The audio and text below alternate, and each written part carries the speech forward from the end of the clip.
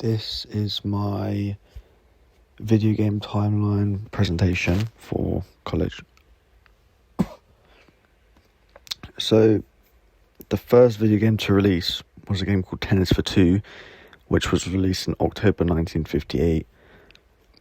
And the game was created in a laboratory in Brookhaven by William Higginbotham.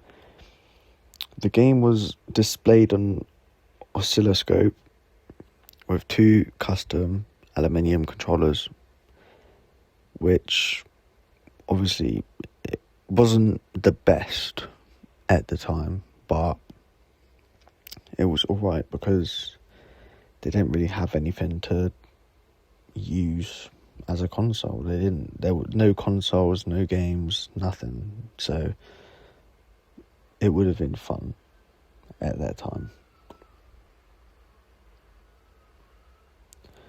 And then as we move forward through time, the 80s and 90s was just full of arcades and video games on machines, not really like consoles. So like Pac-Man, Donkey Kong, all of them type of games were on an arcade machine. So once we hit like the late 80s, early 90s, they made consoles like the Game Boy, like all like handheld consoles, and then I think Sega made a console. So that only had like Sonic and that on it. It didn't have Mario because Nintendo and Sega aren't the same company. And then if we move more forward in time to, our age, 2025, newest games like Dispatch, which is an episode-based game made in October of 2025. And it's actually not a bad game. I've played this game before. I would say it's one of my favourites because it's not really like a game. It's more like a TV show. You just watch it and then you make the choices. There's obviously like quick time events, so like you have to press buttons in time to like fight or do whatever, dodge. And then people will talk to you and then you can give different answers, like out of three answers or three or four.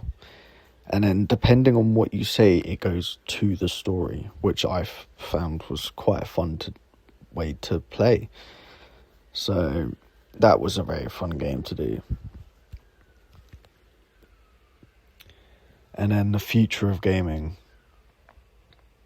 The future of gaming, I don't know. It's a bit of a mixture because I think the future of gaming could be good because obviously we've got GTA 6 coming out. That seems like a good game, but then again, it could be a bad game.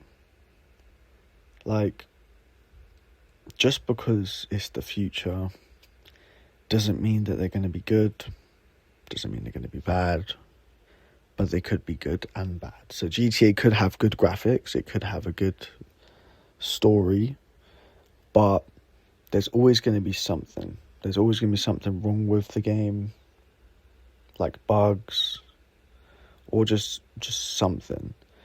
So, I mean, if you compared it to the 90s to the 2020s, it's gotten a lot better. But I don't think, like, sometimes I do play the older games, like I'll play Pac-Man, I'll play Donkey Kong, I'll even play like GTA, like all the old GTA games. Like, they're still fun because they're nostalgic. It's not like they're good games because like maybe some of them are good games, but they're just nostalgic for me at least. But I do want to say that the future of gaming will be good because I do enjoy playing games.